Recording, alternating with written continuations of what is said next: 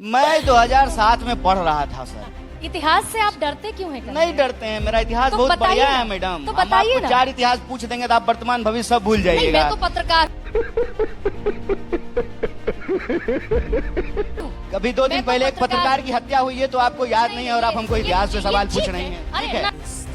JP आंदोलन हुआ, JP आंदोलन से लालू निकले, जेपी आंदोलन से नीतीश निकले, सत्ता समाजवादियों के हाथ में चली गई। तो समाजवादियों के हाथ में जब पिछड़ों की राजनीति करने वालों के हाथ में सत्ता चली गई, तब कहां स्कोप ही बचा कि आरक्षण को पलट दिया जाता। इसी गर्दा उड़ेगा भैया, एक चाय बोलने दीजिए। की बात कर रहे हैं, बताइए नहीं, इसमें मतलब क्या बताना क्या है इसमें? भाई। कांग्रेस उस स्थिति में रही ही नहीं भाई। सत्ता चली गई समाजवादियों के हाथ में जो आरक्षण की पैरोकारी करते थे। सत्ता का गणित ही बदल गया पूरी तरीके से। कैसे बदलने की हालत में ही नहीं थे भारत आप। में आरक्षण कब लागू हुआ? भारत में आरक्षण कब लागू हुआ? बिहार में हुआ था कर्पूरी ठाकुर के जमाने में। उससे पहले बिहार में आरक्षण नहीं था। पिछड़ों का आरक्षण नहीं था। अरे तो आरक्षण की व्यवस्था संविधान से आई है ना। संविधान कौन सावरकर बनाए हैं कि गोलवलकर बनाए इसी की हैं? बात कर। तो चलिए शुरू करते हैं।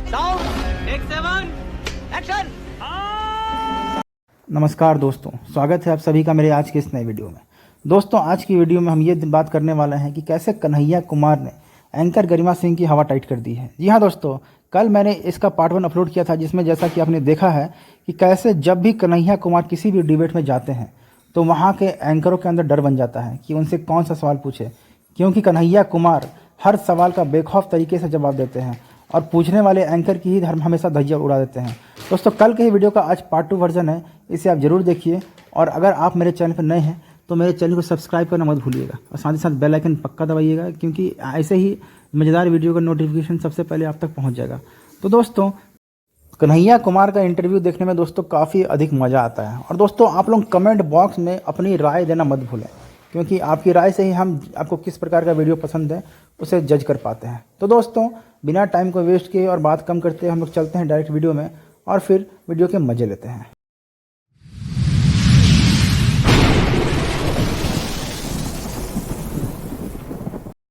ठीक है, समझिए। आप एक असमानता पे चलने वाली पार्टी और विचारधारा को क्रेडिट दे रहे हैं। इस देश की व्यवस्था में समानता, बराबरी और न्याय और अधिकार की भाषा बोलने वाली पार्टी को डिस्क्रेडिट कर रही हैं। गजब बेइज्जती है। और एक कालखंड की घटना को उठा करके जब हमारी सरकार नहीं थी, ठीक है ना, और बार बार जो आप बोल रहे हैं, कौन जो है बीपी सिंह की सरकार से समर्थन वापस लिया था? जनसंघ लिया था।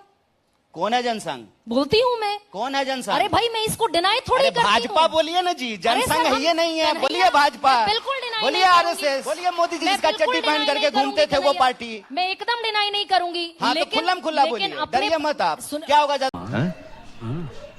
अच्छा बात नहीं। ज्यादा जेल चले जाइएगा। जेल बहुत अच्छी जगह है, घबराइए मत। बोलिए, कौन पार्टी समर्थन वापस लिया? भाजपा? आरएसएस? कौन जो है इस देश में आरक्षण का विरोध किया है? आरएसएस? अरे भाई, हम खुलकर बोलते हैं। पढ़े हैं bunch of हम thought? खुलकर बोलते हैं। पढ़े हैं bunch of मैंने thought? सब पढ़ा है। फिर आप बताइए। अब नहीं, इसमें हम कन्हैया, बताइए, हम एक नेहरू की विरासत से आते हैं, हम भगत सिंह की विरासत से आते हैं, हम अम्बेडकर की विरासत से आते हैं, हम कर्पूरी ठाकुर की विरासत से आते हैं, हम बुद्ध, गांधी, कबीर की विरासत से आते हैं। आप हमको दोषी ठहरा रहे हैं। सावरकर, गोलवलकर की विरासत से आने वाले लोगों को सही ठहरा रहे हैं। अरे भैया, कुछ न कुछ तो गड़बड़ जरूर है। ऊंच नीच को सही ठहराने वाले कौन हैं? जो धर्म के नाम पे अपना धंधा चलाते हैं। न्याय और बराबरी और समानता से लड़ने वाले कौन लोग हैं? जो कहते हैं कि यह धरती बुद्ध की है, कबीर की है, नानक की है। यह धरती कहती है पाथर पूजे हलीम ने तो मैं पूजूं पहाड़। काकर पाथर छाड़ के माजिद लियो बनाए, तापर मुल्ला बांग दे बहरो भय खुदाए। आप उस परंपरा को गलत ठहरा रही हैं। नहीं, मैं गलत ठहराने वाली कोई नहीं होती हूँ, लेकिन आपके जितने भी प्रतीक थे भाई, पटेल से लेकर अंबेडकर, आप कहते हैं कि आपने ड्राफ्टिंग कमेटी का चेयरमैन बनाया अंबेडकर को। वो कहते हैं कि आपने अंबेडकर के खिलाफ नेहरू ने चुनाव लड़ा।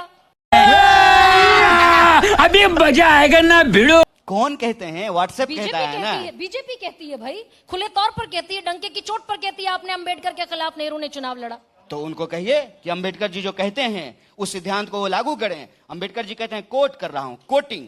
अंबेडकर कहते हैं कि राजनीतिक स्वतंत्रता और राजनीतिक अधिकार सामाजिक स्वतंत्रता और सामाजिक अधिकार के बिना सुरक्षित नहीं हो सकता है। राजनीतिक स्वतंत्रता के लिए आर्थिक स्वतंत्रता जरूरी है। तो अंबेडकर जी जो कहते हैं उसको मोदी जी को दम है। मोदी जी को दम है, मोदी जी को औकात है, तो मोदी जी जो है अंबेडकर के सिद्धांत को लागू करें और निजी क्षेत्र में भी आरक्षण की व्यवस्था करें। क्या बात है सर, क्या बात है सर, क्या बात, ये बात है। क्या बात करते हैं?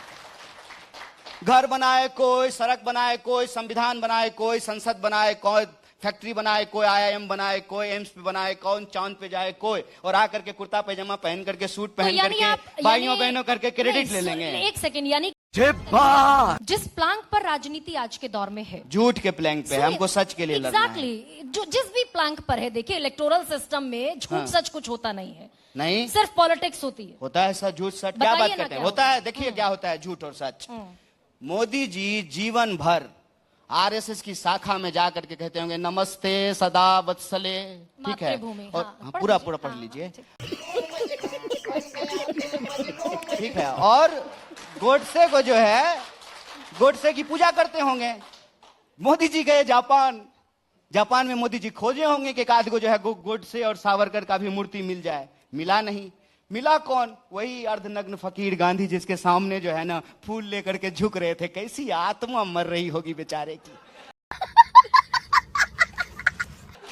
सोच रहे हैं आप? कौन कहता है कि सच नहीं होता है? सच सच होता है, झूठ झूठ होता है। और ये बात जीवन में ये बात मत कहिएगा। यह धरती सत्य और अहिंसा की धरती है, और इस धरती पे कभी हिंसा और असत्य नहीं टिकेगा। यही भारतीयता है, यही भारत की परंपरा है, इस बात को याद रखिएगा। क्या बढ़िया था गुरु। दोबारा मत कहिएगा कि सत्य जो है नहीं कुछ होता है। Kanhaiya, we are with you on the same page. ये लोकतंत्र की धरती है, लोकतंत्र से चलेगी। लेकिन मैं कन्हैया से ये सवाल क्यों ना पूछूं कि 70 के दशक में इंदिरा गांधी ने नारा दिया था गरीबी हटाओ। जिस गरीबी की आज आप जिसको खत्म करने की वकालत करते हैं, राहुल गांधी कहते हैं वंचितों को, शोषितों को, मार्जिनलाइज्ड को हम हक देंगे, हम कैपिंग हटा देंगे 15% की, हम आरक्षण देंगे। गरीबी हटाओ 50% का कैपिंग, 50% का कैपिंग हटाएंगे। आरक्षण का, गरीबी हटाओ का नारा तो 70 के दशक में बुलंद हुआ, हट गई गरीबी। 70 से लेके कब तक कांग्रेस सत्ता में थी मुझे बता दीजिए। मोरारजी देसाई का समय छोड़ दीजिए, VP सिंह का समय छोड़ दीजिए, सिर्फ ये छोटे छोटे वक्फे छोड़ दीजिए, कांग्रेस का ही शासन रहा है। हाँ, क्रिकेट अभी मजा आएगा ना भिड़ो। हाँ, कभी देखती थी, अब तो मौका नहीं मिलता। तो जब ना दौर था, जवान हुआ करते थे एकदम, सचिन तेंदुलकर और राहुल द्रविड़, तो एक ना वर्ल्ड कप हुआ था, व्हील्स वर्ल्ड कप, याद है? उसके बाद से ही कहा गया कि भाई सिगरेट की कंपनियां जो है वो स्पॉन्सर नहीं बनेगी, ये नौजवानों को सिगरेट पिलाती है। और साहिर लुधियानवी गाना भी लिख रहे थे, फिक्र को धुएं में उड़ाता चला गया। तो स्मोकिंग को कम करने के लिए कहा कि स्पॉन्सर अब सिगरेट कंपनी नहीं होगी। उस वर्ल्ड कप में ना मुझे जो है ना एक वादा याद था, 2006 की बात, वादा याद था कि अब की जीतेंगे वर्ल्ड कप, जीत के लाएंगे। अच्छा, तो नहीं जीते उस साल, उसके बाद क्या प्रयास छोड़ दिए? अरे फिर धोनी जीत करके लाया ना वर्ल्ड कप, किए ना हम लोग सेलिब्रेट। ये कौन सी बात होती है? अरे कोई चीज गलत है, उस गलत को दूर करने के लिए आप जो है अनवरत प्रयास करते हैं, और एक दिन जो उस गलत से समाज को मुक्ति मिलती है।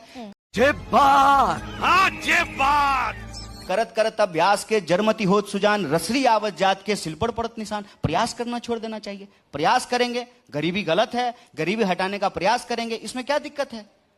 अगर कोई व्यक्ति, कोई संस्था, दल या सरकार कोई संकल्प लेती है, उस संकल्प पे चलने में क्या दिक्कत है?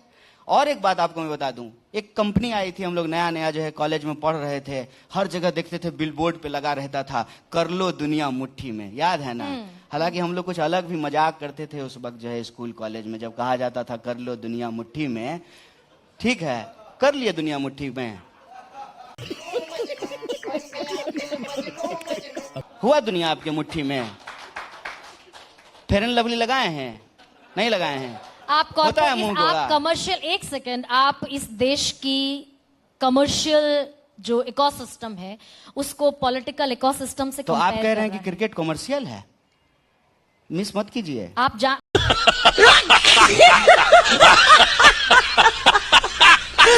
मैं चाहती हूँ आप कहाँ मुझे लेकर आना चाहते हैं। मैंने नहीं, एक सेकंड का नहीं, politics is a serious discourse, politics is a serious business. And what is not serious? I am talking about politics, I am talking about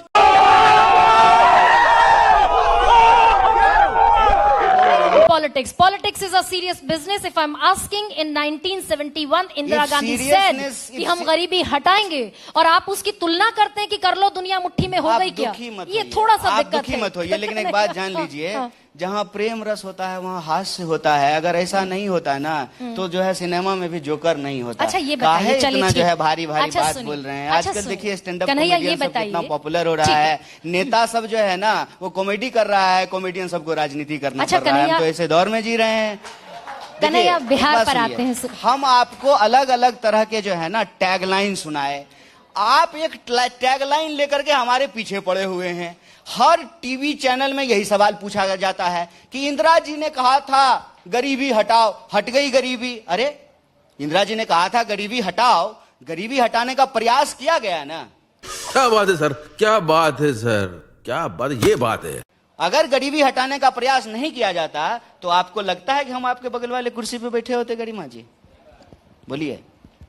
मैं सच के साथ आप सामने खड़ा हूं, किताब के साथ नहीं खड़ा हूं। और कन्हैया जब गरीबी उरीबी बोलते हैं ना, तो एक बात याद रखिएगा, हम स्कूल में नहीं पढ़े हैं। Oh dear, POOR, poor, poor मने गरीब। I am poor, I was there, I know what गरीबी इज। अगर नहीं इस देश में कल्याणकारी राज्य की अवधारणा होती तो मैं नहीं पढ़ पाता, ये बड़ी अच्छी बात कही आप। मैं PhD नहीं कर पाता।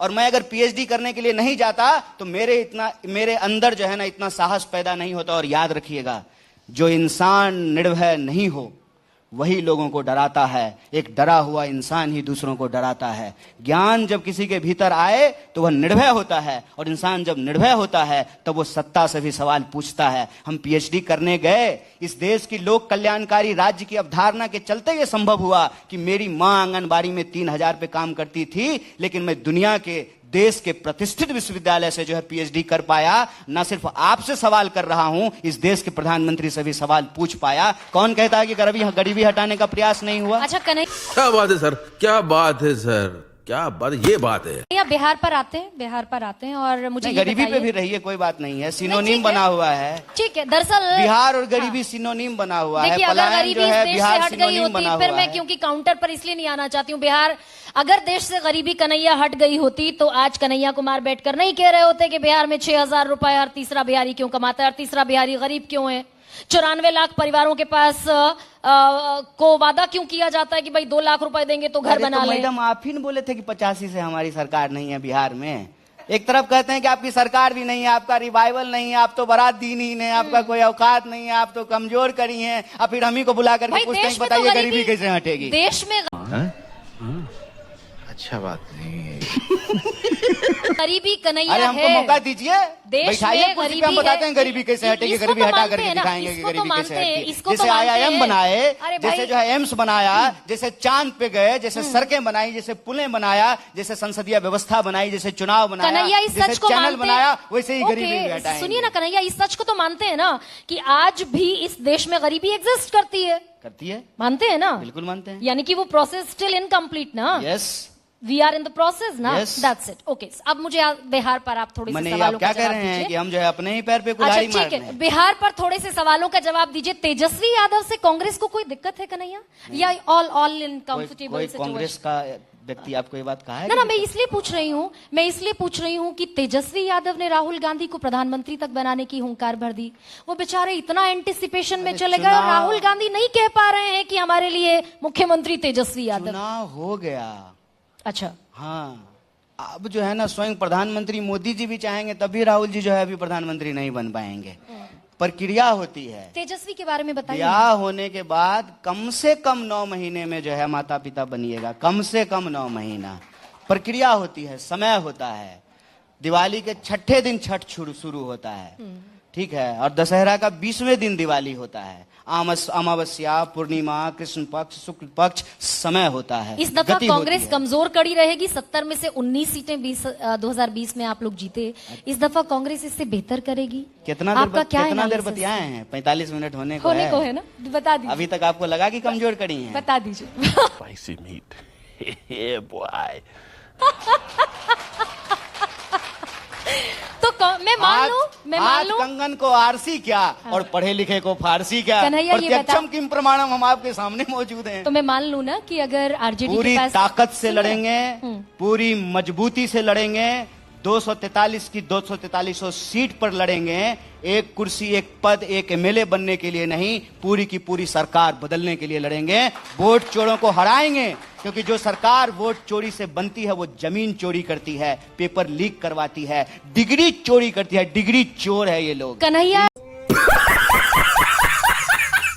बिहार चोरों को में सत्ता से हटाएंगे और बिहार को पलायन से मुक्ति करा करके नौकरी दिलवाएंगे, रोजगार दिलवाएंगे, एक आपके बेहतर बिहार का मुख्यमंत्री तो निर्माण कहते करेंगे। थे, यही संकल्प है। आपके मुख्यमंत्री कन्हैया कह देते हैं, 2-3 सवाल बस खटखट से पूछ लेती हूँ। आपके मुख्यमंत्री तेलंगाना के कह देते हैं कि हमारा डीएनए बिहारियों के डीएनए से बेहतर है। इस पे आप प्रशांत जी से पूछ लीजिएगा, आजकल इसका टेंडर वही लिए हुए हैं। कन्हैया बिहार में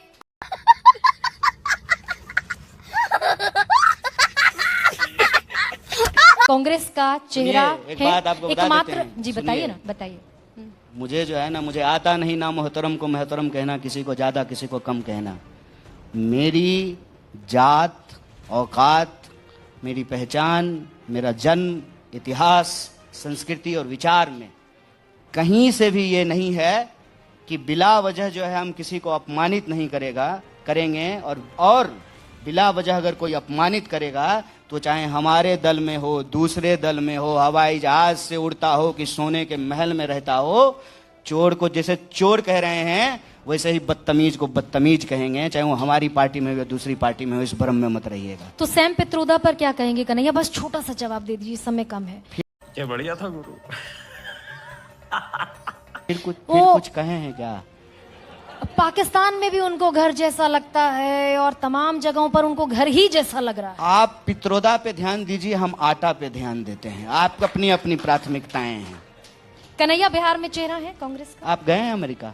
कहाँ? अमेरिका नहीं, मैं तो अमेरिका नहीं गए। नहीं गए। वीजा है? कन्हैया सुनिए ना, एक सेकंड रुकिए। अरे आप रुकिए ना। हम सोचते हैं कि हम भी आपके फ्लो में थोड़ा इधर उधर हो लेते हैं। मैं उधर बैठूंगी ना कभी, आप इधर बैठिएगा कभी, डोंट वरी। फिलहाल बताइए कि कन्हैया मैडम नौकरी बिहार दीजिएगा में हमको, बिहार नौकरी दीजिएगा, वैसे भी बेरोजगार हैं।